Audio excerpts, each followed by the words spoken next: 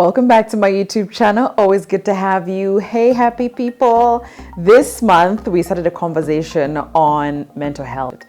I'm just going to go ahead and say the feedback has been amazing.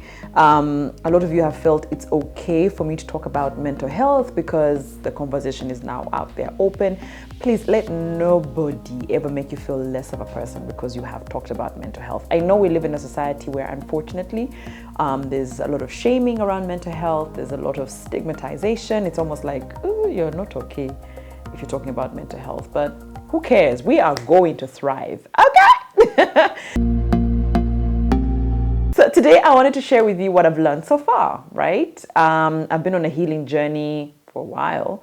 I have been trying to better myself for a while, and as I always tell you, I've been trying to thrive for some time. So what have I heard or learned over this time that can help you as well, or just to, I don't know, pick up what you want and what works? The first time I got to look at or hear of this particular professor, his Professor Dr. Sri Kumar Rao, was on an interview. Actually, it was a podcast. I'm trying to remember which podcast it was. But anyway, he has a video on YouTube, and I think I'll try and link it. It says, "How to live a stress-free life forever." And I was like, stress-free? That exists. So, of course, clickbait. I clicked and I watched, and isn't he just the best teacher? With a very thick Indian accent. But, oh, my good Lord. Dr. Sri Kumar talks about different mental models. He's got it down that it's our minds, that there are certain things we've told ourselves for so long that, inhibit our success or inhibit our living a free life or bring about stress. And so I listened. And one of the biggest lessons I got from that particular conversation, which is something I keep reminding myself of as I go through life, is the story of Ananda and the second arrow. So the story is, and I'm really paraphrasing, the story is of the fact that Ananda said if an arrow hits you straight, let's say in the chest or anywhere in the body, it hurts, right? Just imagine right now where you're seated watching this vlog that we threw an arrow at you and it hit, let's say, your arm. It hurts, right? What if we bring the second arrow and put it at exactly the same spot, in the same exact wound? How painful it'd be. You're saying, oh, it was painful, 5 out of 10 in the first instance, but now if you put another arrow in the same exact wound, it will hurt 10 out of 10, of course. So the analogy is this, that the first arrow is whatever happens to you in life. Do you know what I mean? The first arrow is, and I think the story they told was a woman who had a son, I think he was a teenager, asked for the car, and the woman said no. The son insisted, the mother gave him the car. Said, but be careful on the road. Don't drive fast when you're on the road. Be careful and don't drink. Don't do all these other things. Be safe on the road. The son goes ahead, gets an accident, and so she's in the hospital telling herself, how could you? You're a bad mother. It was your fault that your son is lying in the hospital like this. If he dies, it's your fault. And they were saying the first arrow is the fact that life happened. The first arrow is that the accident happened. You're already having an arrow is the fact that your son is lying in a hospital because he was driving a car you gave him. That's the arrow. The second arrow is now that blame game you have started. Oh my God, if my son dies. Oh my God, this is me. Me, how could I can't believe I did this. That's the second arrow. So he believes that stuff will always happen in life. You will lose loved ones. You will hate on people. People will hate on you. You will lose a job. You will lose money. You will lose the person you love. Heartbreaks exist. Every other thing that can happen will happen to you. That's just how life is. So the first arrow will always be delivered. That's not your fault. There's nothing you can do about it. Now, the second arrow, it is you who delivers it. It is you who starts saying, it's my fault. How could I? I think he broke up with me because of how I look. I think I need to lose weight. You're delivering a second arrow in the exact same pain point. Right?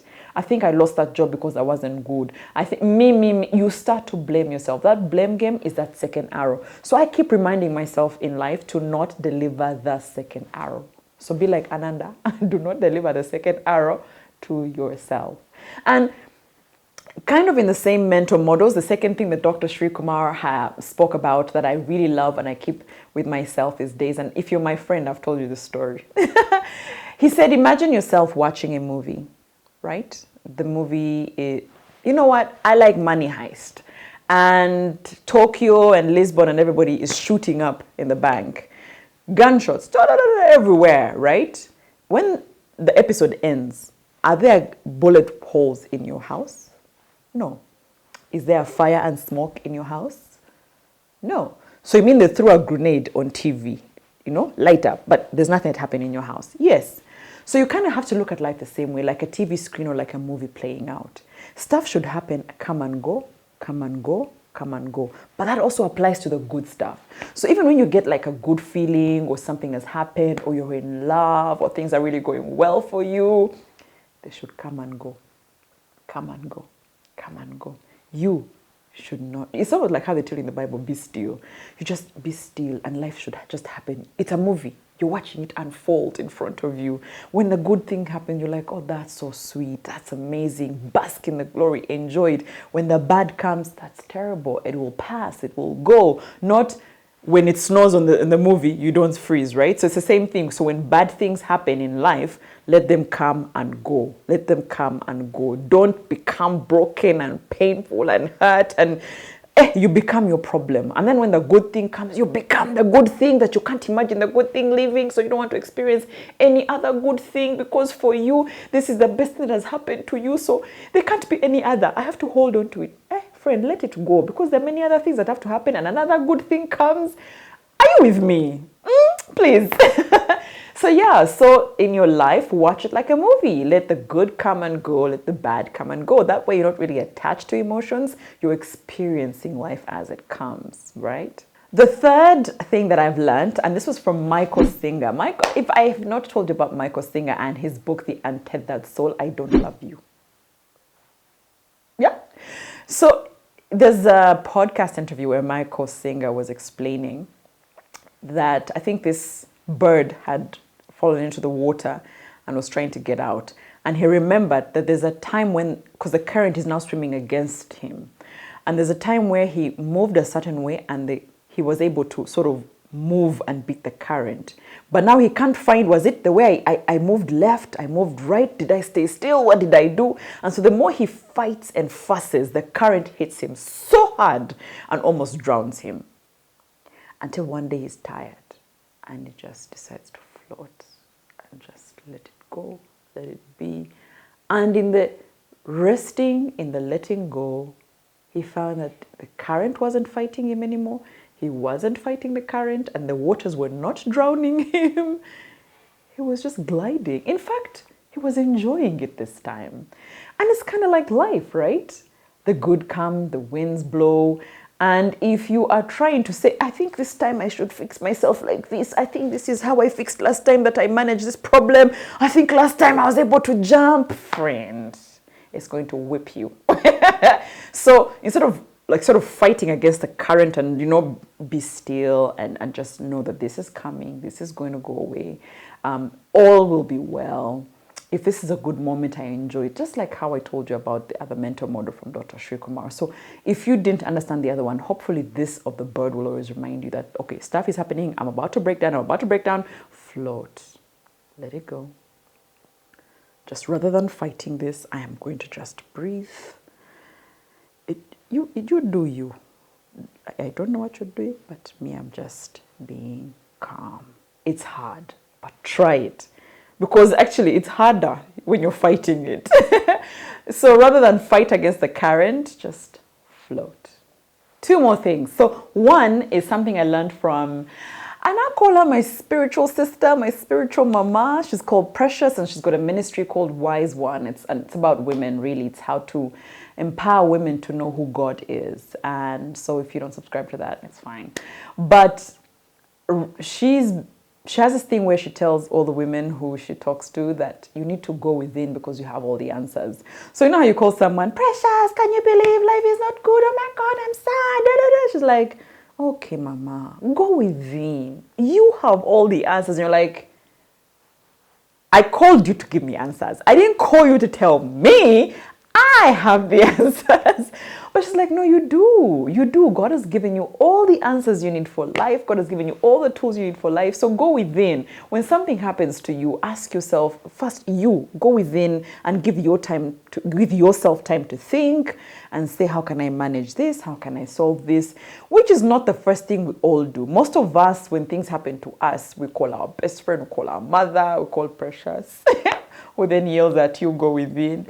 But it's worked for me, yeah. When I listened and I started to apply it, you'd be surprised. You can actually decide on a lot of things without involving other people. You have all the answers and the tools. And also, it's okay to make mistakes. Your answer or your solution to something might be a mistake, but then what do? You learn, So try that. Go within. When something happens to you, instead of saying, Flavia, what do you think I should do? Sandra, what do you think I should do? Tatu, what do you think I should do? Go within. Don't sound like Precious now. Go within. You have all the answers. The last one is that a lazy day isn't a bad year. Someone should have sung this song for me. In fact, if you can put it on a t-shirt for me, please do. A lazy day isn't a bad day. I used to get so overworked, so burned out. And I just feel like, okay, I'm tired, but I need to keep going because I don't want to be called lazy. I don't want to give up. I don't want to let go. I don't want to look like I'm not doing anything. I don't want a lazy day. But a lazy day sometimes means you're resting your body, you're resting your mind. It just means you just chill. But we were not meant to be like that. Why? You understand? You're not a machine. So it's okay to say, today I don't feel like doing anything. I'd like to relax. I'd like to chill, take care of myself. By the way, sometimes self-care is just chilling there like this. Just doing nothing, or look at a phone or go, just some apps or read a book. Just a lazy day is fine. It doesn't mean that you've had a bad year because you've had a lazy day. And it took me a long time to understand this, because now I give myself space to think, space to rest, space to do nothing. And I don't tell myself, hey, on Friday you were lazy. No, I say on Friday you recuperated, you renewed yourself, you restored yourself, and it works. It works. Thank you for always watching. If you haven't, click subscribe. Bye.